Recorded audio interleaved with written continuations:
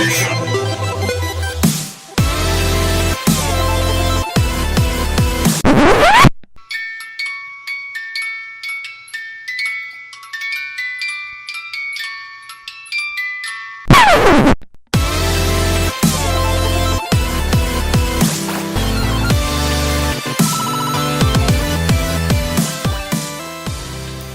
back to Awakening Reformation, where Reformation awakens now. Tonight's episode, we are going to be talking about Christmas myths. My name is Grant, and I am joined by the weaker vessel. Hey guys. And my buddy Clay. What's up, you guys? The Seasoned Saint had a very busy week. And could not make it on the podcast tonight. He was very sad about that. He will be sorely missed. If you would like to get in contact with us, we are on Facebook and Twitter and Instagram. You can Google Awakening Reformation and find all that stuff. Our email is awakeningreformation@gmail.com. You can find us on iTunes as well as any other podcast catcher. Please subscribe. Please leave a review to push our content and to help us get this out to more people. We would greatly appreciate it. Please interact with us. We'd love to get your feedback. We love to discuss with you anything that is on your mind.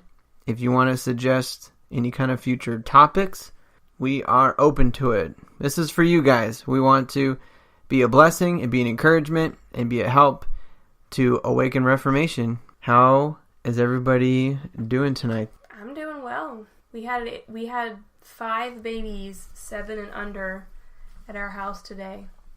Woo. It was such a fun time babysitting little kids. I think we could have 5 kids. We could have. I think we could. It would have been a little crazy, but it's a kind of a fun crazy.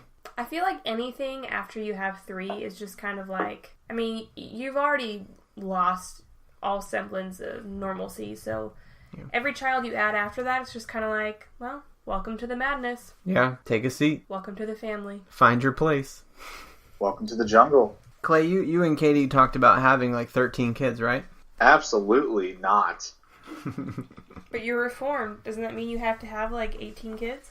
No, I mean, okay, so at one point when I was a kid, I wanted to have more kids than the Duggars, but that like went out the window, so I've cured myself of that. When I was a kid, I think I always said that I wanted to have 9 kids. Whew. I don't even know why. That's a really random number. I mean, God bless people with a bunch of kids. I mean, we would have had more if not for medical issues. Yeah, medical restraints. Let's not gross our listeners out. But hey, the people who take be fruitful and multiply seriously, God bless you. Pretty much what Grant and I are saying is if anyone out there wants to give us their babies, we'll take them. We can't have any more, but we'll take yours. In a very legal, non-creepy way. Exactly. Oh my gosh. We better speed this up before we get arrested. Alright, so the greatest holiday of the year is upon us. I hope everyone is... It sounds like you have a mouthful of fudge. I have a mouthful of fudge. Chris, you know, for the last few episodes, Grant, you've been eating a lot of fudge. I'm kind of concerned about your waistline. Listen, the weaker vessel here, my beautiful wife Erica, made a massive amount of fudge. And it's really good, and I can't stop eating it every day. Every day. That's okay. That's okay. The first way to cure addiction is by admitting you have a problem. And I have no intentions of going any further than that. Going any further than what? Just admitting the problem. I don't want it to go away. I was like, what are we talking about? I'd like to keep this problem because it's really good. So as long as there's fudge up there, it's going to continue. The kids love it too. I got 99 problems, and eating fudge is one of them. Eating fudge is one of them. Anyway, it's super good. Christmas is upon us. There's a lot of... myths. There's a lot of traditions with Christmas that year by year we just take part in. Like eating fudge. But, like the Christmas tree, the lights, the nativity, all kinds of things. And we're going to talk about, are they even real? Are they even reality? Because there's some myths around some of them. Is that right? I feel like at Christmas time, the crazies come out. And... Oh, yeah. Okay. All of you know, or maybe you are this person, Marissa, do you hear that on this podcast? This is you texting me right now. All of you know that person that doesn't have a tree or doesn't do presents or doesn't do lights or something. It's because they claim there is pagan roots and ungodly roots to what we're doing, and so therefore a Christian shouldn't do it. I want to caveat and say, if you are a Christian and that legitimately convicts your conscience, I would say follow your conscience. Don't ever go against your conscience. And Christian, if you are trying to... Don't say don't ever go against your conscience. But if it's convicting you of something you believe is biblical, that's what I mean by conscience. Okay, just iron that out a little bit. If you feel like you're sinning against God, don't do that. All right? You'll grow in your faith, and your conscience in that way will change. Or it's protecting you from a weakness that you have. Right. We're going to talk about whether these things really are and what we should do about them. If these things really are from pagan roots, what we should do about it if it is. Let's just have a conversation. So we're just going to talk about... Let's have a little toxie here. I haven't had enough coffee to have a little toxie. Well, get a drinking. I don't have any coffee. So where should we start, babe? Okay. Let's just start with the Christmas tree. That's like the biggest point of content. Everyone knows people who don't have a Christmas tree up at Christmas because it's pagan, right? Yeah. Oh, yeah. I actually... I grew up with people... Did you really? Yeah. Who did not have anything Christmas in their house besides a nativity with wise men, I might add. And it was because everything was pagan. Yeah, Listen, one of my best friends has this conviction, and she and I have talked many times about it, and it's just a conviction. She's not legalistic about it. She every year compliments how beautiful my tree is, and it's just not an issue between us. So once again, you said, if your conscience is telling you not to do something, go with your conscience. And I'm not talking about those kind of people, though. We're not talking about those kind of people. We're talking about people who get judgy about whether or not Christians should have a Christmas tree and whether or not we are participating in pagan practices, right? Right. Clay? Yes. Do you have a Christmas tree up? So actually, this year, we're not having a tree up. Oh my gosh. Is it because it's pagan? Absolutely not. Is it because you're lazy? No, it's more the fact that we're going to be gone pretty much the whole month of December. So my wife made the call, not me. So way to lead your home, Clay. I'm okay with this. You're okay with not leading your home? We'll talk after, Clay. It's okay. We'll talk after. Go on with your sin that you're admitting right now. I'm just gonna let it ride. Hey, this is a safe space, all right? We can all be vulnerable and open, right? We want to... I don't know that it's a safe place with me. I was going to say, it might be a safe place for other people, but I feel like I'm open season. That's how we'll get him to admit stuff, babe. Come at me with Christmas. Come at me. No, I mean, the whole reason we're not putting up the Christmas tree is because of Jeremiah 10. So we can, hard stop this, and I can go into it. I've had other Christian friends of mine say this. In fact, actually today at work, I had somebody bring this up. Oh, a tree from the forest is cut down and worked with ice. They decorated with silver and gold and so, I had somebody bring this up at work today, and I'm like, this is not a she better talking about a Christmas tree. She better not have a scarecrow in her cucumber field either. Yeah, seriously. Mm-hmm. So all right, we get back on track. People don't like the Christmas tree because they say it was a form of pagan worship. And in all fairness, a lot of pagan cults, we were just watching a whole documentary on it actually, people would chop down trees and it was a form of worship. Which god was it that we were... Odin. Odin, probably. No, it was a female goddess. So, it was a... Freyr? It was Freya and someone else, I think. Anyway, it doesn't matter.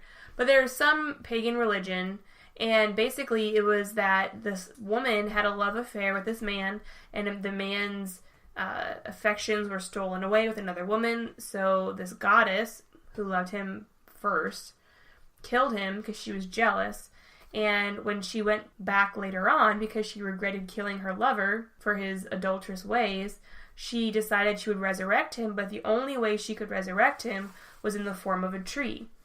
So this pagan cult would then cut down a tree and basically have what was the equivalent of like an Ashtoreth pole, lots of inappropriate things, and they would decorate the trees and they would worship him because they viewed the tree as like a resurrected version of this god. And I can't remember his name because I'm not privy to studying many foreign gods, but regardless, there are a lot of pagan roots. And that's really, lots of other pagan, I mean, who even knows which pagan sect it came from, and it doesn't necessarily even matter. Well, it does have Germanic roots. Well, I was going to say, I did some study on the origins of, like, the Christians using Christmas trees. Yeah.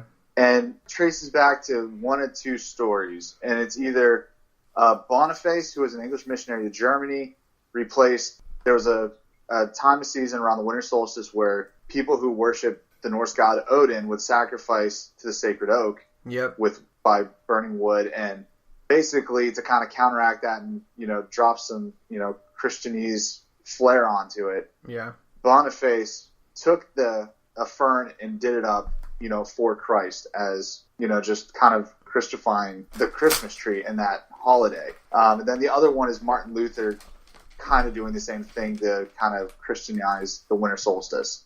Yeah, and which is another thing that we were going to talk about too, was the winter solstice. So we'll get back to that, Clay. Well, okay. Well, the Yuletide was a festival celebrated during the winter. It was during those winter months, and I read something about one of the pagan practices was putting the branches of the tree on their house because it reminded them of spring that was to come. So I mean, to me, a lot of it just seems like basic paganism, like worshiping creation, Yeah, Romans 1, like just worshiping creation rather than the creator. Just worshiping the seasons and making sacrifices. You're not worshiping the same thing they worship, Well, if you are worshiping the same thing they worship, then stop. Well, I was going to say, I think you can actually make a practical application and go, when Christmas comes around, are you trying to deck your yard out, your tree out, so that you get all the recognition? What are you using this tree for? Right. Well, and again, a real explicit thing would be, do you set up your tree and say all praise to Odin? I mean, no. No, but I mean, some people, you can sometimes, I mean, anything you're putting above, you can worship that tree. I mean, I know plenty of people who, when Christmas comes around, it's like, we're hitting all of the stores, we're buying the best decorations, and it literally, Christmas becomes about that tree and decking their yard out in the house. Well, yeah, it's like the movie Christmas Vacation, where he's like so intertwined in lighting his house up that's what Christmas is for him. Though, I would almost argue a little bit differently that our God in that sense is not the tree or the lights or the presents. Our God is either a God of pride because we want to look the best to our neighbors, or because we want people to think we have the most money, or we're the best parents because we give our kids the best gifts.